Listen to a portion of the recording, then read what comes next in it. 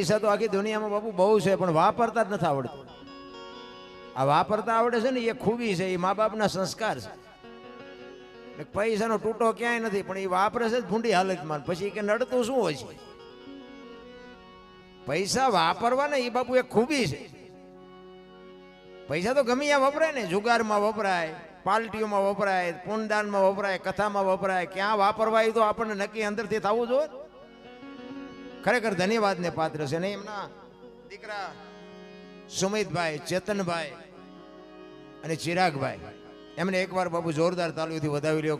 એક માત પિતાની પાછળ ખરેખર માં છે ને બાપુ. હું તો એમ કહું છું ભગવાનનું નામ તો લેતા હશો, અને નો લ્યો ને લ્યો તો એ તમારી મરજી.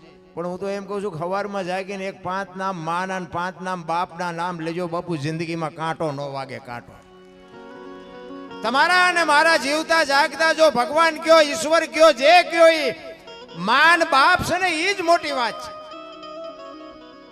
તમારા મા બાપ નો હોત ને તો તમે નો હોત ને હું, મારા મા બાપ નો હોત તો હું આ દુનિયામાં નો હોત. આ બધી દુનિયા છે ને એ આપણા મા બાપની ખેતીથી આપણે આ દુનિયામાં આવ્યા છે ને, એટલે આ દુનિયા વાહ વાહ કરે છે. મારી માએ મને બાપુ જો મોટો ન કર્યો તો તમે હું મારા વખાણ કરવાના હતા? તમે હું મને બોલાવાના હતા? આ મને દુનિયા બાપુ ઓળખે છે, મને સાંભળે છે, એ મારી માનો, મારી જનેતાનો બાપુ એનો ઉપકાર છે. હું બાપુ એના ઋણમાંથી કોઈ દી જિંદગીમાં ન છૂટી શકું. મારી તો એક જ ભલામણ હોય, તમે રૂપિયા વાપરતા હોય વાપરો, આનંદ કરો, મોજ કરો, જે કરતા હોય, પણ મા બાપની સેવામાં કમી ન આવવા દેતા. અને બહેનોને ખાસ કહું કે તમારા સાસુ સસરા છે ને એ જ તમારા માત પિતા છે. એને બાપુ હારી જો પેટી જોતી હોય ને, હારા દીકરા જોતા હોય ને, તો એને પાણીના લોટાની જરૂર હોય તો પાજો, બાવડું પકડવાની જરૂર હોય તો બાવડું પકડજો બાપુ. જિંદગીમાં જો આપને ટેકો દેવા સંતાન ન થાય તો હું ભજન ગાવાનું બંધ કરી દઉં. હારા દીકરા તો બાપુ તો થાય, હારા સંતાન બધાને જોવે છે. ભગવાન એક દીકરો દે, ભગવાન અહીંયા શું ગોદામ છે, અહીંયા દુકાન છે, તમને પાથરા દઈ દે. અરે રામાયણ ને ગીતાના 5-5 પાના વાંચો બાપુ. જિંદગીમાં એક નામ ના રે એવો દીકરો થાય. હવે આ કોઈને ગમતું જ નથી. હારા માત પિતા વગેરે બાપુ હારા. અને એમાંય બાપુ માનું પદ છે ને એ તો ટોચનું પદ છે. હું આ બહેનોને, હું તો ગમે ત્યાં પ્રોગ્રામમાં જાઉં ને, હું બહેનો માથે ભાર મૂકું છું. મારી વાત અમુક બહેનોને કડવી લાગે છે, પણ આપણને કાંઈ ફેર પડતો નથી. બોલાવો હોય બોલાવે, ન બોલાવે મારે કાંઈ. મને ભગવાને છે ને હું નો હાંસવી શકું ને એટલું મને આપ્યું છે. મારે ખેતી વાડી, માલ ઢોર, દીકરા, મકાન, વાહન, મારે ઘોડા, કાંઈ ઘટતું જ નથી. આ હું પૈસા આ ધંધો નથી કરતો. કોઈને એવું કદાચ વેમ હશે કે આમના પ્રોગ્રામ, મારા પ્રોગ્રામ બંધ થઈ જાય મને કાંઈ. મારા કવિરાજે હમણાં મને કીધું, એ મને કે સમય આવે તાર ભાગે, તમારી આટલી ઉંમરે આવે. મને ખબર જ નહોતી કે મારો વારો આમાં આવશે. હા, મને ખબર જ નહોતી કે હું અહીંયા પહોંચીશ, આવા સ્ટેજ મને મારા હાથમાં આવશે અને આવા બધા કરોડપતિ મને સાંભળશે. આ મેં સપનામાં નથી વિચાર્યું. પણ મારા મા બાપે કંઈક મારામાં કંઈક નાખ્યું છે. બાકી નકર મારો ઇતિહાસ છે ને, તો હું મારી તમને થોડીક વાત કરું. જેસલનો ઇતિહાસ સારો, મારો એવો ઇતિહાસ છે. જિંદગીમાં મેં સારું કામ કર્યું જ નથી, આ તમને કહી દઉં. અને મેં ધંધો કર્યો ખટારાનો ડ્રાઈવર. કવિરાજ, હું જ્યાં જાઉં ને આ પાપ પોકારું છું. હું ખટારાનો ડ્રાઈવર. મેં 20 વર્ષ 22 વર્ષ ખટારો હાંક્યો. ખટારાનો ડ્રાઈવર એટલે ઓગણી મેં કોમ કહેવાય ને. એને પાણી પાય કોઈ, એમાં બેનું તો સેકન્ડ નો લે. ખટારાના ડ્રાઈવર હામાં મળે એટલે પાછી વળી જાય.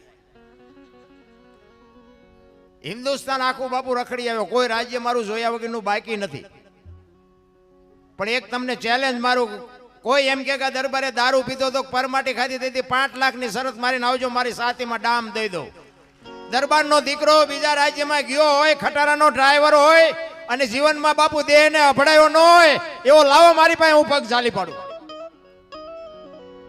મારું કુળ કયું, મારું ખાનદાન કયું, મારા મા બાપ કોણ, આનો પાવર ન હોય તો મરી જવાય. ભલા મને જાનવર પૂજાય છે.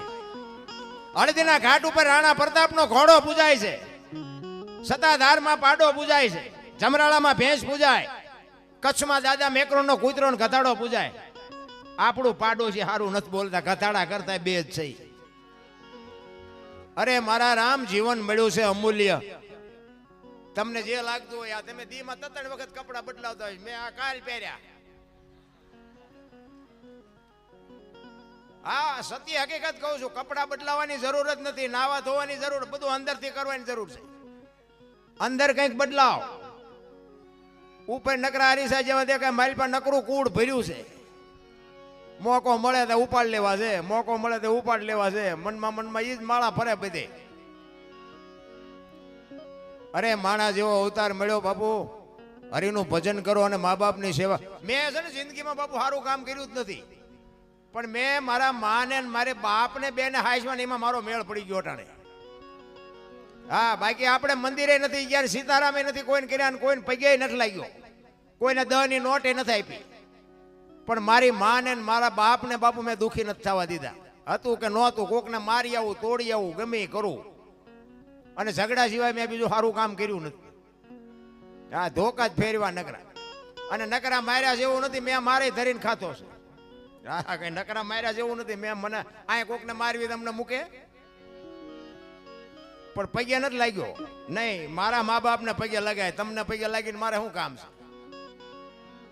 મારી માએ મને જન્મ આપ્યો છે, મારા બાપે બાપુ ખેતી કરી છે, એને અમને લાલન પાલન. એટલા માટે કહું છું કે આ મા વાહે જે આવડું મોટું ભગીરથ કાર્ય કર્યું ને, હું તો તમને વંદન કરું છું. ખરેખર તમને ધન્યવાદ દેવાય. આવા સંતાનની જરૂર છે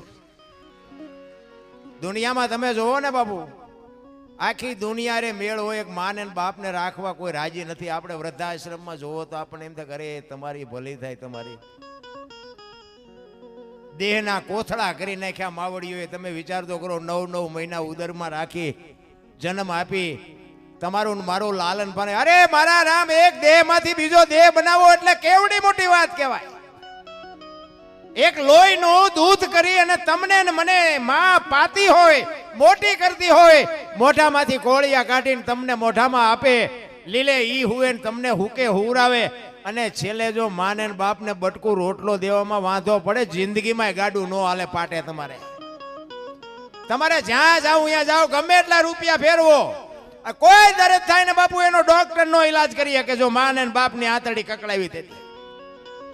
કાંઈ કરવાની જરૂર જ નથી. રામ, આ કથાયું બેહાડો, હું તો સારું છે, એમાં મારો વિરોધ નથી, પણ હું એમ કહું, કથામાં રામ કથા બેહાડી હોય તો આપણે કથામાં ફાયદો શું? કથા તો એકની એક જ હોય ને. રામ કથા બેહાડી હોય, દશરથ રાજા ને 4 દીકરા, રામ વનમાં ગયા, સીતાજી રાવણ લઈ ગયો, ને હનુમાનજી અહીંયા ગયા, રામે રાવણ ને માર્યો ને અવતાર્યા. વાત તો આવડી આજ છે કે બીજું કઈ? ત્યાં શું નકરું સાંભળે કરીને શું વળે આમાં? કથા કરાવતો એ કરાવજો. મારી વાતનો કોઈ ઊંધો અર્થ ન કરતા, કારણ કે અમુક મારી વાતો 2 દી પછી સમજાય છે. મારી વાતનો કોઈ અવળો અર્થ ન, કારણ કે મારો હિસાબ કઈ છે જ નહીં. કોઈને કાંઈ કોઈના હૃદયને ઠેસ પહોંચે ને એવી મારી કોઈ વાત કરવાનો ઈરાદો જ નથી. કારણ કે આ મીડિયાના માધ્યમથી બધાને ખબર છે, હવે માફી માંગવાનો વારો આવે. એટલે કહેવાનો મારો મિનિંગ, મારે કોઈ પક્ષ હારે, કોઈ સમાજ હારે, કોઈ ધર્મ હારે, કોઈ વ્યક્તિ હારે મારે કોઈ જાતિ, બધાય મારા છે ને હું બધાયનો છું. બસ હું કોઈ ઊંચા નીચા, હારા મોરા એવો કોઈ મારો ઈરાદો જ નથી. બધા બરોબર જ છે. પણ હું કહેવા એ માગું છું કે આપણે કથા બેહાડતા હોય તો રામ કથામાં મેં આ કીધું એ વાત એકની એક છે. મોરારી બાપુ જેવા વાંચતા હોય તોય ભલે, નાનો એવો કથાકાર વાંચતો હોય તોય ભલે, વાત એકની એક છે. તો આને સાંભળ શું કામ કરવી પડે છે? આનો મતલબ તો હોય ને કે આ જીવનમાં જો ઉતરે નહીં તો આનો ફાયદો કોને? આ મંડપ વાળાને, સાઉન્ડ વાળાને, કલાકારને, સાજીદાને, તમારે શું? પણ રામ કથા બેહાડ્યા પછી બાપુ, જો કથા બેહાડ્યા પછી રામ ને ભરતનો પ્રસંગ આવે અને એ પ્રસંગ સાંભળ્યા પછી જો ભાઈ ભાઈનો વિખવાદ ન મટે તો બાપુ કથાનો કોઈ મતલબ નથી. રામ હાવ વહુનો જો વિખવાદ ન મટે તો કથાનો કોઈ મતલબ નથી. દેરાણી જેઠાણીનો વિખવાદ ન મટે તો કથાનો કોઈ ઉપયોગ નથી. રામ, બાકી તો અમારા જેવા બાપુ લાખ રૂપિયા ઢળીને વ્યાજ આવી તમારા ખિસ્સા ખાલી. મારા જેવું સાચું કોઈ કહે જ નહીં. પૈસા વાપરો છો ને એનો બાપુ જો તમને વળતર ન મળતું હોય તો હું તો ના પાડું છું કે કાંઈ કરતા જ નહીં. વળતર તો કાંઈક હોવું જોઈએ, એનો મતલબ તો હોવો જોઈએ ને, એનો હેતુ તો કાંઈક હોવો જોઈએ ને. એમને કથા આવડી કરી, આપણે આવડી કરવી છે શું? પણ તમારે કોને દેખાડવું છે આવડી મોટી કરીને? આને આવું મકાન બનાવ્યું તો આપણે આવડું બનાવવું છે. બસ વાદમાં મરી ગયા. જીવનમાં કાંઈ ઉતરતું જ નહીં. મને એમ થાય કથા ને ભજન ને માંડવા ને પ્રતિષ્ઠા ને મંદિર ને આખી દુનિયામાં તમે જોવો તો હે આમ એમ નથી થતું કે આખી દુનિયામાં વેરાગ ફાટી ગયો એવું નથી લાગતું? હે બધા આપણે એમ થાય કે આમ ભક્તિ સમરા કાઢી જાય બધા. તો હું એમ કહું છું કે આ ભક્તિ છે એ ખોટી છે એ વાત નથી કરતો હું. આ માંડવાના કે ખોટા છે એવી મારી વાત નથી, પણ મારું કહેવાનું મિનિંગ શું છે કે આટલી બધી ભક્તિ છે તો આ બગાડ કેમ નથી અટકતો? વિચારવા જેવું નથી લાગતું તમને? આપણા ગઈઢા એટલું કરીએ નહોતા આગતા. આજ આપણે આટલા ધર્મમાં જો પૈસા વાપરતા હોય, 5-5 ગામ ભેગા બેન ધુમાડા બંધ જમતા હોય, લાખો રૂપિયા દાન આપતા હોય, એવા વક્તા બાપુ બધાને આપણને સારી વાણી પીરસતા હોય, સારા કલાકારો બાપુ આવું કંઈક કહેતા હોય, તો બગાડ અટકતો નથી. એનું કારણ શું? કંઈક વિચારવા જેવું નથી? અને આ મગજમાં વાત ન ઉતરે ને તો મને એમ થાય કે આ બધા ખોટા જાય છે પૈસા. હા, વિચારવા જેવી વસ્તુ છે. અમુક મારી વાત છે ને તમે નોંધ કરજો. આપણે એમ થાય કે ગાયું મને કહેતા હતા કે પૈસા જે કઈ આવે ને ગાયું દેવાના છે. ગાયું જાતા હોય કે ન જાતા હોય, ગાયું રખડતી બંધ નથી થતી. મને એમ થાય કે એટલા બધા પૈસા જાઓ અહીંયા ગાયું અમારા પ્રોગ્રામ અમને લઈ જાય, ગાયું ઘાસ ચારાનું પ્રોગ્રામ કરો, ગાયું ઘાસ ચારાનું. મને એમ થાય કે ગાયું ઘાસ ભેગી હજી થઈ છે કે નથી થઈ નથી ખબર પડતી. પૈસા નાખે બધા તો ગાયું હાટું જ નાખે છે. આ પૈસા અહીં ભેગા થયા પછી અમે ક્યાંય હિસાબ લેવા આવવા નથી કે ગાયું પૈસા ક્યાંય જાય. શું થાય મારો રામ જાણે? ગાયું રખડતી બંધ થતી જ નથી. જે ગામમાં જાઓ અહીંયા ગાયું રખડે જ. હવે એમાં ગાયોનો ધણી કોઈ ન હોય, ખૂંટિયાનો ધણી કોણ હોય? તમને કેમ લાગે? આવા ને આવા બાપુ લાખો રૂપિયા ભેગા થાય છે તોય બાપુ આ બધું અટકતું નથી. મને તો એમ થાય કે આ બધું શેનો ફુગાવો છે? શું છે આ બધું? વિચારવા જેવું છે રામ. હું આ ખોટું છે એવી મારી વાત નથી, પણ બાપુ તમને ને મને બેયને ચિંતા હોવી જોઈએ. નકરી વાત કરે હિન્દુ રાષ્ટ્ર બનાના હે ને મેરા ભારત મહાન, ખટારા ઠાઠે લખીએ ભારત મહાન ન થાય. ભારત મહાન કરવામાં તો આપણે બધાને સમજવું પડે, સુધરવું પડે. નકરા દિવાલો ઉપર લખીને કે હિન્દુ રાષ્ટ્ર મેરા ભારત મહાન એમ થઈ જાય? ગરીબી હટાના હે, ગરીબી હવે ભૂખ્યા જીનું છે એનું ખાવા દો તો ગરીબી વહી જાય છે, એનું ખાવા નથી દેતા, ગરીબી એમ મટતા છે. અરે દેખાડવાના બીજા ને સાવવાના બીજા, દુનિયાને ઉલ્લું જ બનાવે રા. કહેવાનો મારો મિનિંગ આપણે વધારે સમય નહીં લેતા બાપુ. એક માં વિશે વાત કરવી છે કે માં છે એ માં છે. મોઢે બોલું માં હાથી નાનપણ સાંભળે મલક બધાની મજા પછી કડવી લાગે કાગડા. બાપુ માના ઋણમાંથી તમે હું છૂટી શકવાના નથી.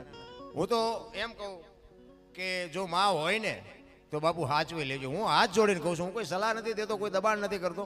હું હાથ જોડીને કહું છું કે માં ને બાપ જીવતા હોય ને તો બાપુ હાચવી લેજો. પછી ફોટાને અગરબત્તીઓ કર્યા કાંઈ નહીં વળે. ફોટાને અગરબત્તીઓ કર્યા. હું તો એમ કહું છું કે બાપુ પહેલા માં ને બાપને જમાડજો, સારી રસોઈ બનાવી અને પહેલા જમાડજો. એના કપડા બપડા હારા લઈ દેજો. એને બાવડું પકડવાની જરૂર હોય તો પકડજો. સાંજ સવારે અડધી કલાક એની પાસે બેસજો.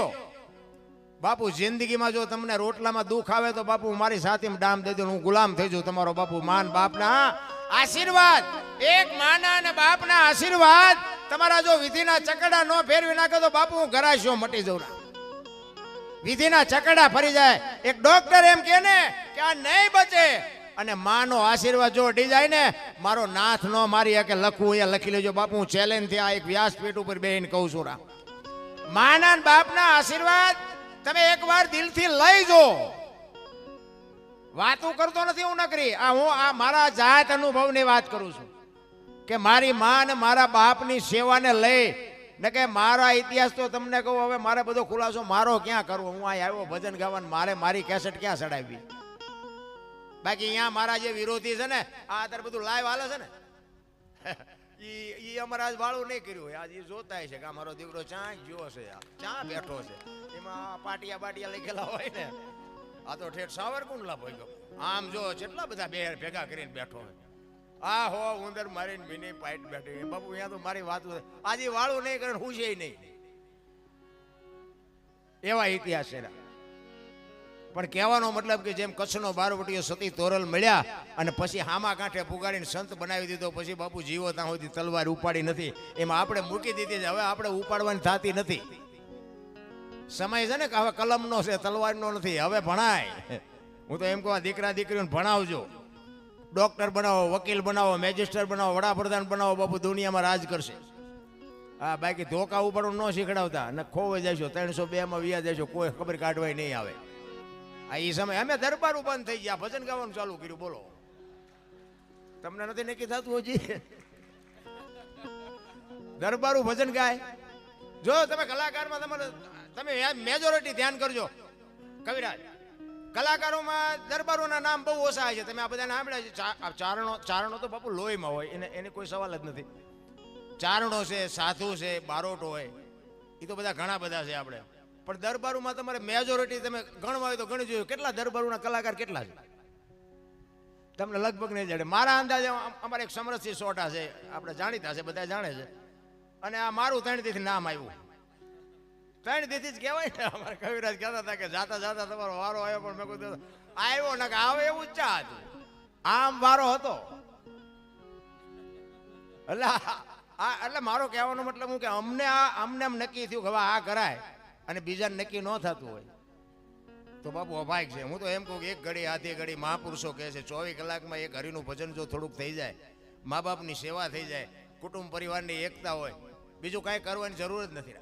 ભલે ભગવાનના તમે મંદિરે જતા હોય, જાઓ, દેતા હોય, પૂર્ણદાન કરતા હોય, જે કરો, પણ કહેવાનો મારો મિનિંગ શું છે કે તમે મંદિરે જાઓ ને માને ને બાપને ન સાચવતા હોય બાપુ મંદિર. અરે હું તો અહીંયા સુધીની વાત કરું, તમે સવારમાં ગમે ત્યાં જાઓ ને માને ને બાપને પગે લાગીને જાઓ, આખી દુનિયામાં ક્યાંય પગે ન લાગવું પડે, આપણી ગેરંટી ભલામણા. ક્યાંય ન લાગવું પડે. ઠાકરના મંદિરમાં જાઓ અને માને પગે લાગીને ગયા હોય ને ઠાકરના મંદિરમાં પગે ન લાગો તો ઠાકર તમને કાંઈ ન કહે, આપણી જવાબદારી. તમારે લખવું અહીંયા લખી લેજો કે આ માને પગે લાગીને આવ્યો બાપુ, જરૂર ન પડે ને. એટલે તો માનું સર્જન કર્યું અખિલ બ્રહ્માંડના માલિકે કે હું ઘરે ઘરે નહીં પૂગી શકું, એટલે જ આ માવડીઓનું સર્જન કર્યું. માં છે ને એ જે કીધું. પણ જો બાપુ માં એવી હોય તો પછી માયો પાછી નગર ફૂલાઈ જાય. હમણાં 60 વર્ષની દેવન ઉમરા વચ્ચે રહી સબે રમતી હોય, ટબો ટાસ. એ માની વાત નથી કરતો ભાઈ. માં તો માં બાપુ મોઢે બોલું, માં હાથે નાનપણ સાંભળે, મલક બધાની મજા કડવી લાગે કાગડા. માં છે એ તો બાપુ માં છે. મેં કીધું એમ લીલે ઈ હુએ ભૂકે આપણને હુરાવે, એ માં ભૂખી રહીને આપણને ખવડાવીને મોટા કર્યા હોય. અરે શું બાપુ માની આપણે વાત કરી, તમે હું એની વાત ન કરી શકી. અને કવિઓ બાપુ ટૂંકા પડ્યા છે માનું વર્ણન કરવામાં. તમે જો માનું સમર્પણ કેવડું છે. 9 મહિના ઉદરમાં માં રાખે, એનો જન્મ માં આપે, એનું લાલન પાલન, બેતા બોલતા ખાતા પીતા બધું માં શીખવે, અને વાય નામ બાપાનું લાગે. બોલો માનું જેટલું સમર્પણ છે એટલું બાપનું નથી. હું તમારી ભેગું છું ને કે આમાં ખરેખર તો બાપનું હોવું જોઈએ ને, અરે માનું હોવું જોઈએ ને. કારણ કે માએ જેટલું સમર્પણ આ સંતાન માએ કર્યું છે એટલું બાપે નથી કર્યું.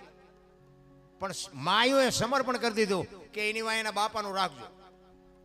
કોકે પૂછ્યું કે પણ આ તારો આટલો બધો ભોગ, આટલું સમર્પણ ને નામ વાય બાપાનું, કે તમારું કેમ નહીં? ઈ કે એની વાય એના બાપાનું રાખો ને. ઈ કે પણ વાંધો શું છે? ઈ કે આ કદાચ કપાતર પાકે અને દારૂની કોથળીઓ તોડીને ધૂળીમાં માછું ગાલીને પડ્યો હોય અને કોક એમ કે કોનો છે, ફલાણી માનો છે, તો મારા ખોળી આમ જીવ નહીં રહે, કે એના બાપાનું રાખો. 7-8 પેઢીઓના નામ બોલાવે એવા જો થાય તો એ બાપા જાણે ને ઈ જાણે. માં કે માર નથી જોતું. જો આનું નામ સમર્પણ કહેવાય. નકર માં એમ ન કે મેં ભોગ આપ્યો એટલો તમે આપ્યો છે, એની વાય એનો નામ ન હોય. માએ કીધું બાપ દીકરો ભલે મથે, આપણે નથી જોતું.